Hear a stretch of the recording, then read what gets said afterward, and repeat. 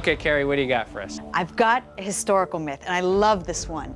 Now, in ancient times, even up to the 1800s, some armies in China actually made armor out of paper. Paper armor, that is cool. I mean, paper's the last thing you would think of to make armor. I like this one. And the cool thing is that paper was supposed to perform as well as steel. Wait a minute. Paper armor performing as well as steel armor? I'd like to see that. That's why I want to test it. Throughout history, material science has been at the cutting edge of advancements in armor. But is it really possible that the ancient Chinese manufactured paper armor capable of performing as well as its contemporary steel equivalent? To find out, Kari, Grant, and Tory are arming themselves with the facts and then the armor. Well, first up, I'd like to do some research, talk to an expert, find out how the paper armor was possibly made and what the steel counterpart would be. Yeah, I mean, when we think of steel armor, we think of medieval armor like this, but Chinese steel armor of the period may not have been like this at all. So it sounds like we're gonna need to get some steel armor of the period and make ourselves some paper armor. Then we'll run them through some tests and see how the paper compares to the steel. I'm looking forward to this. For a paper armor myth, I've come up to the Napa Valley so that I can talk to Greg Martin. You live in a museum. These are all my toys. Now, he's an antique arms and armor expert. Hopefully you'll have a little insight for me. And his first interesting insight is that the existence of paper armor is no myth at all. Historically, paper armor is traced back to the Tang Dynasty, 600 BC. And of course, the Chinese were very big developers of paper. So it would stand to reason that paper armor would develop there. So how would paper armor likely have been constructed? By using what we call lamelleur. Paper was laminated together into squares and then attached piece by piece, and then would cover the entire body. What was steel armor like at that period? Steel armor would have been the same way, most likely, layered, but again, it would be plates attached together to make a full covering, rather than one whole suit. So, lamellar paper armor really was used in ancient China. There are records of multiple manufacturing methods and designs, but the myth is that it was as effective as the steel armor of its day. An outrageous claim, and the team is skeptical, but there is some cause for hope. Now, when you hear paper armor, it seems totally absurd. But it's actually based on the same scientific principle as Kevlar. Kevlar is a fine mesh of fibers that actually slows a projectile down by spreading its load and stretching the fibers to bring the projectile to a halt. Now, paper is the same concept. It's a flexible, layered construction. Now, we know from historical sources that they used a mulberry paper. Look at this, you can see the fibers. This is strong stuff. What they would do is they would stack layers of it together, and that was enough to stop arrows. Now, one source told us that they would take these layers of paper and laminate it with resin or some kind of shellac or even glue. Another source says that they would cover it with a cotton cloth and sew around the edges. What we're gonna do is we're gonna take all those techniques, find out which works best. Once we have that, then we'll be able to put that up against steel and see which one does better. And to test our armor pieces, we're going to use this. Ow. This is a sharpened tip on the end of a pneumatic cylinder. Here we have a chunk of ballistics material. We put each sample underneath, and then we fire the cylinder like this, and see how each sample performs as a result of the puncture. And the best one will go on to make our final armor pieces. This is folded paper with cotton. So, the goal is to compare the range of historically accurate manufacturing methods. One. Wow, look at that. Wow. It actually stopped it. And decide which will give the steel the best run for its money. This is rabbit skin glue on paper. Each paper piece, regardless of its construction method, is 1/2 inch thick, a dimension discovered in the research. Lacquer made it more brittle and it actually went all the way through. And although shellac, an organic resin, may double up as an effective weapon,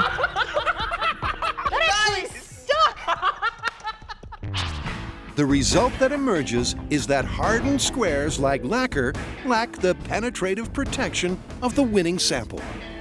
Okay, and folded paper. Whoa! Oh my God, look at how well that worked. This absolutely works the best. Simplicity. Dude, it looks like the paper just moves out of the way and absorbs all the energy. Now that we've found our winning paper construction, which is simply folded up paper, it's time to put it up against steel. So we are going to be putting both of these materials against common weapons of the time. We're going to be doing blunt force, some kind of a club or a mace, a sword, and then finally an arrow. Let's see which one performs the best.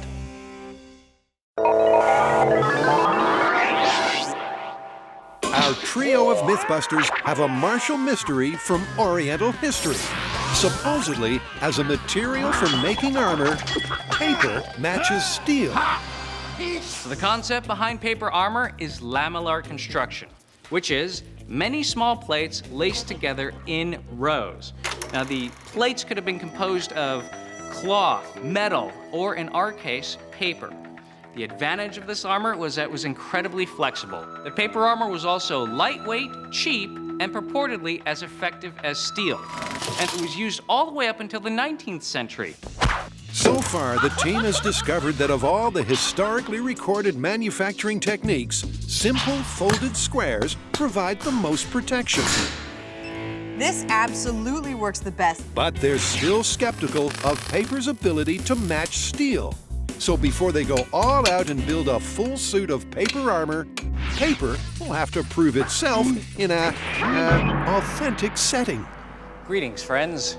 Though this looks like an entirely authentic Tang Dynasty household, it is in fact the best reproduction we could come up with for under $10. Cue the gong. And here's how this proof of concept will work. Paper will go up against steel in a series of weapons tests.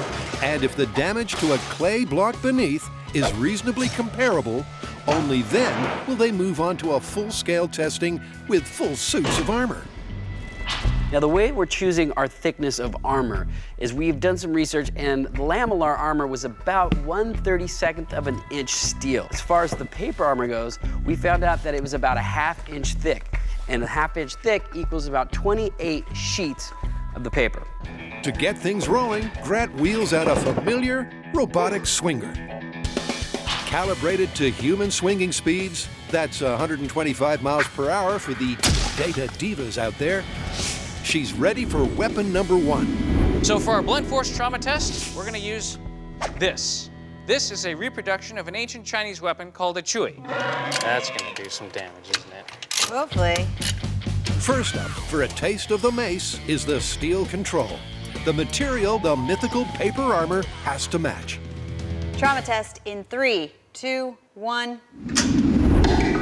Wow, that did really well. Yep, the clay indentation is slight and shallow. But now for the all-important comparison. All right, let's see how paper armor can do. Okay, this is the trauma test. Oh, that did not look good. That looks like it would hurt. And a look at the side-by-side impressions only enforces the impression that this myth belongs in the waste paper bin. I'd rather be wearing steel at this point. Right. I think the steel wins in this situation. Yeah. But there are 2 more chances to find out if paper cuts it as armor. I just cut my eyebrow. First, the sword. Well, that is one dangerous-looking machine. And just for reference, let's first see what the sword does to the unprotected clay. Ouch. All right. Okay. So it looks like it went in about an inch. Now for the cold, hard steel. In 3, 2, 1. All right, you see here, the sword hit the steel armor and it put a dent in the clay, but it didn't actually cut through, wounding the person. So now what we're gonna do is we're gonna switch out the steel armor for the paper armor and see what kind of damage it does on the clay. Wow. The result is astonishing. The damage is minimal. It's similar to the steel and a vast improvement on the inch-deep slice experienced by the unprotected clay. It only cut like maybe 2 or 3 layers. That is crazy. Paper for armor? I know. It could work. I'm impressed. It's looking great. Which brings us to the third and final weapons test, the arrow. And first to face the firing squad is the steel. Oh, it bounced back. Awesome. Let's see how far it went in. That's it. That's it. That is less than 1/4 of an inch. So paper has one final chance to prove its metal against the metal. In 3, 2, 1. And hold on to your skeptic's hat, because despite the arrow's penetration into the paper, the clay beneath survived better than it did against the steel. Wow, look at that. Oh, I think the arrow went deeper on the steel armor. Yep, it's concept proven. The paper more or less matched the metal. And this myth can move on. When I first heard this myth, I thought paper armor, that seems ridiculous, but it is actually doing very well. I'm excited though to see the next step where we actually build a suit of armor out of paper and see how that performs. So paper armor has potential. I think it might be time for us to go full scale. Let's make armor out of paper and put it up against steel in a series of challenges. I love it. We'll put each of the armor on and then run through a series of tests. Maybe we'll test speed, agility, and endurance. And we'll have to have some kind of ultimate battle between the two suits. Not wearing them, of course. Pick a number. So cue the full-scale monumental mission You're a dork. to make a full suit of paper armor. Only 850 to go. And the less taxing task of having a real steel one delivered. So to put our paper armor to the test, we're going to pit it against a metal suit of armor from the same period. Now, because this is hard to make, we ordered it from a modern armory company in the Ukraine, and it's battle ready. Who wants some? I also do parties. Meanwhile, Tori gets busy pulling the paper armor design together. A design based on these ancient drawings and Grant's period-accurate steel replica.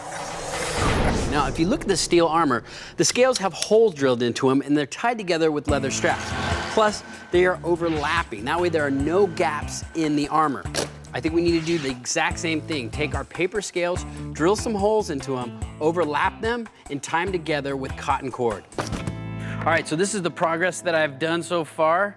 As you can tell, I got just enough to protect the important stuff, but looks like I have a long way to go before I'm completely protected by my paper armor. Producing this season's hot new paper armor is a huge job. So the MythBusters sweatshop is open for business.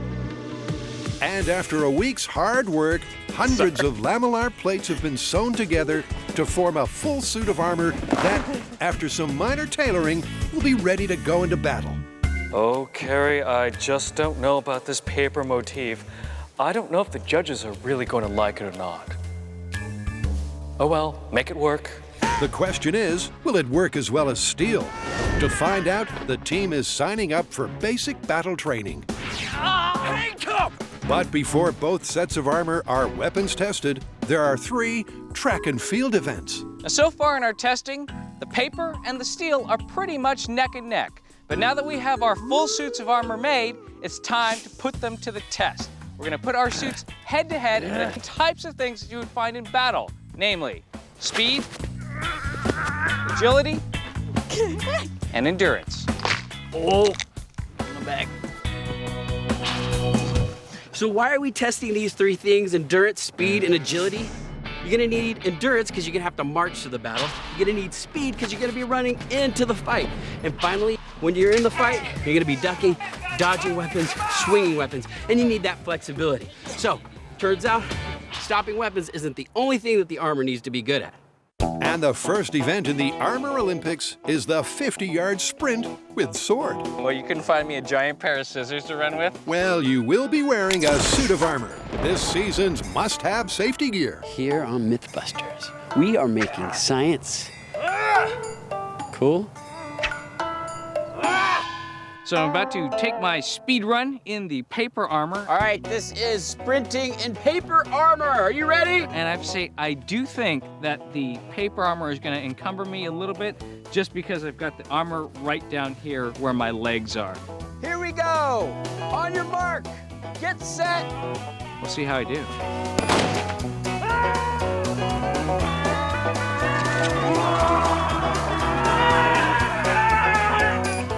So 8 seconds is the benchmark. And although the paper is undoubtedly bulkier, the steel is twice as heavy. Meanwhile, Tori, looking for revenge for past transgressions, fails to dent Grant's defenses. Call that a kick? Let's do this. Now, to make sure that Grant is testing these armors fairly, we're gonna let him rest in between tests so that way he has full energy for each of the runs. Kind of reminds me of Raiders of the Lost Ark.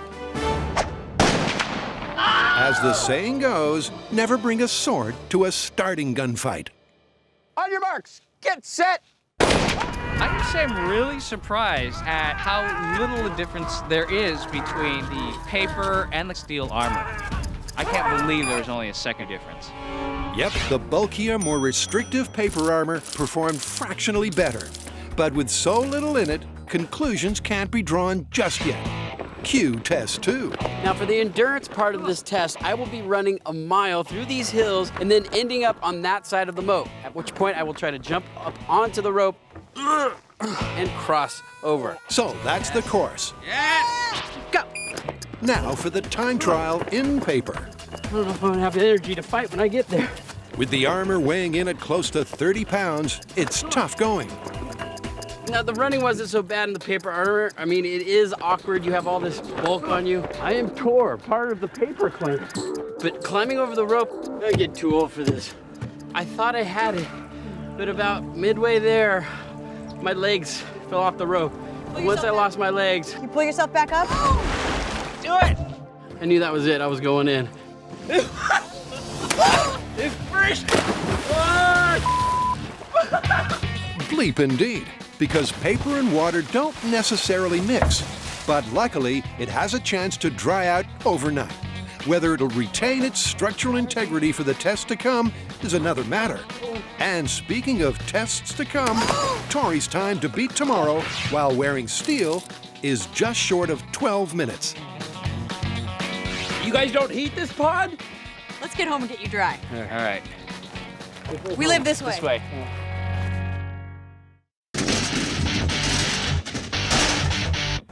Tori is rested, ready, and looking not so hot. You know what? This thing will protect me from arrows and getting dates. Come on, Tori, you can do it! Go! The question is, how will Tori's time in steel compare to the 12-minute paper run? And will he even survive? Now, there's actually a little jeopardy to this test because, first of all, the run is going to be really hard. It's going to be slow. That thing is heavy. This sucks big time. But climbing this rope over this water, he's wearing 60 pounds of steel. He goes into the drink, that's 6 feet deep. Adding extra. Look at the lake. Happening. There's no way you're making it across that road. I don't think I'm gonna make it. Fortunately, Tori doesn't risk drowning because after the run, he just hasn't got the energy to get across. Somebody stick a spear in me. I'm done. Steel armor for the endurance test makes it very, very difficult. You got 60 pounds of extra weight, and this thing is not very conducive for running. So I live to fight another day. Unless I die of a heart attack, then I don't. Then I'm just dead. The weight of the steel was the killer. Tori took an additional 5 minutes to complete the run and then couldn't climb the rope. So an army traveling any kind of distance on foot would be at a distinct disadvantage in the heavier steel, which means paper wins that round. For the final event in the Armor Olympics, agility, courtesy of some time-bending editing, Kari will simultaneously tackle the assault course in steel and paper. After drying out overnight, the paper doesn't appear to have suffered any damage, but it's still just as awkward. It's definitely not as heavy as the steel armor. Not a lot of give here. So will it be the bulky and restrictive paper that prevents peak performance? Or will the additional 25 pounds of steel weigh her down? That can't be good for you. Okay, here we go. In 3, 2, 1. Go, go, go! Pick up those feet! Pick up those feet!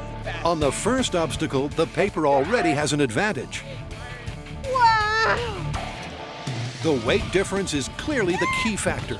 Halfway into the course, and paper-clad Kari has already opened up a big lead. Come on, Byron! Go, go, go, go, go, go, go!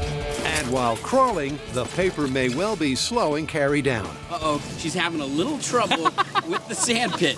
But the steel almost brings her to a halt. The paper's in the way! Which pretty much sums it up for the rest of the agility course. The paper may be awkward, but the weight of the steel seals the deal. You look like an armadillo. That's right. It's built for protection, not speed. Good work. So with the first 3 events in the Armor Olympics complete, the conclusion is clear. Paper is outperforming steel. But now is the real test, the battle test. We're going to use weapons from the period and see if it can still stand up to metal.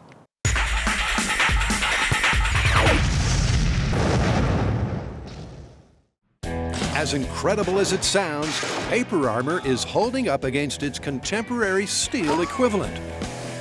But the team has yet to put paper in front of the firing squad. Good work.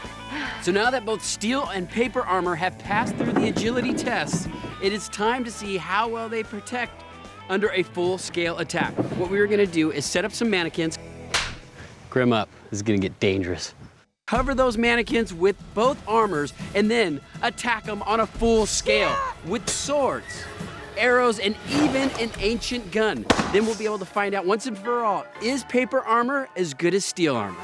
But perhaps paper's biggest test will come not from our trio of weapon-wielding barbarians, but a second soaking, this time from the heavens. Or more accurately, the condensation of atmospheric water vapor. Would have been nice to do this experiment on a nicer day. And again, war doesn't wait for good weather. The rain may indeed weaken the paper and favor the steel, but it's a real-world problem. If paper is to prove itself as protective armor, it'll have to cope with a light shower. We're all set. Now we're gonna start with the arrow test and just throw a barrage of arrows at them. Remember the watcha? Watcha! I'm gonna watcha them. So watcha this. And so the barrage begins. Kari, Tory, and Grant let loose from 20 feet at both sets of armor. And despite being soaked, softened, and sodden, the paper protects our male model mannequins as well as the steel does. Totally worked.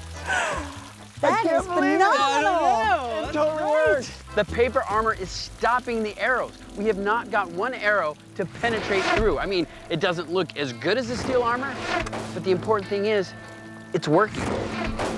Next up, the sword test. Slicing, dicing, jabbing, stabbing. I'm just gonna go and try to maim those guys. All right, Kari, just swing wildly. Using both an edge slicing stroke and a stabbing action, Oh, I felt that one. Kari finds the dial marked crazy and turns it up to 11. I'll tell you one thing.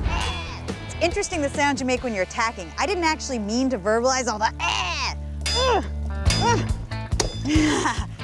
Working out some issues there? I'm gonna get myself a stabbing mannequin for home, because it's a really good way to work out aggression. And speaking of aggression, where does that leave the mannequins and the myth? It looks like it's separating through, but it's stopping before it even gets halfway through the tile. That's great. Wow. Yes, the paper armor is working. On any individual stab, slice, or arrow shot, a previously undamaged scale clearly matches the metal. But Tory sees a key armor attribute where steel trumps paper. Now, right now, the paper armor is stopping the sword attacks, just like the steel armor. However, after multiple attacks, the paper armor starts to break down. It's looking like the steel armor is a lot more durable. Next weapon. And this is where we surely draw the line on paper, because gunpowder has just been invented. Okay, Greg, so for our experiment, we need a firearm that would have been of the era of the paper armor. What do you have here? Well, a paper armor was used up to the 19th century. Let's try something from the 18th century, which is this French flintlock pistol from about 1750. Okay, let's do it. And first up facing the flintlock is the metal, Whoa! Nice shot. followed by its fibrous friend. Here we go, in 3, 2, 1. Now, to assess the results. Ouch, did it go through? It didn't go through. Hey! The paper armor stopped It stopped the bullet. And it looks like the steel stopped the bullet as well. Both these armors are effective against this weapon. With paper once again in the same league as steel, this myth requires a further fast forward in time. So now we're gonna try our 19th century gun, the Colt 45, 1,200 foot-pounds of muzzle energy. This should put our paper armor to the test. This is 19th century gun versus steel and paper armor. Here we go. In 3, 2, 1. And neither stood a chance. Well, it's obvious it punctured the steel, and it looks like it went through the paper as well. With both sets of armor succumbing to the souped-up firepower, it's time to conclude this ancient Chinese conundrum. Okay, paper armor performed the same as steel with every test we've done, and it failed in the same place as well. Yeah, it just seems that the guns got too powerful for the armor. I've really been wanting to do this story for a long time because it seems so outlandish, but it's super impressive. Paper armor is actually a viable option in warfare. Viable, but there is one notable drawback. As you can see, it doesn't have the same durability as the steel, but it still works. So this one is plausible. Plausible. Plausible it is. Unbelievable.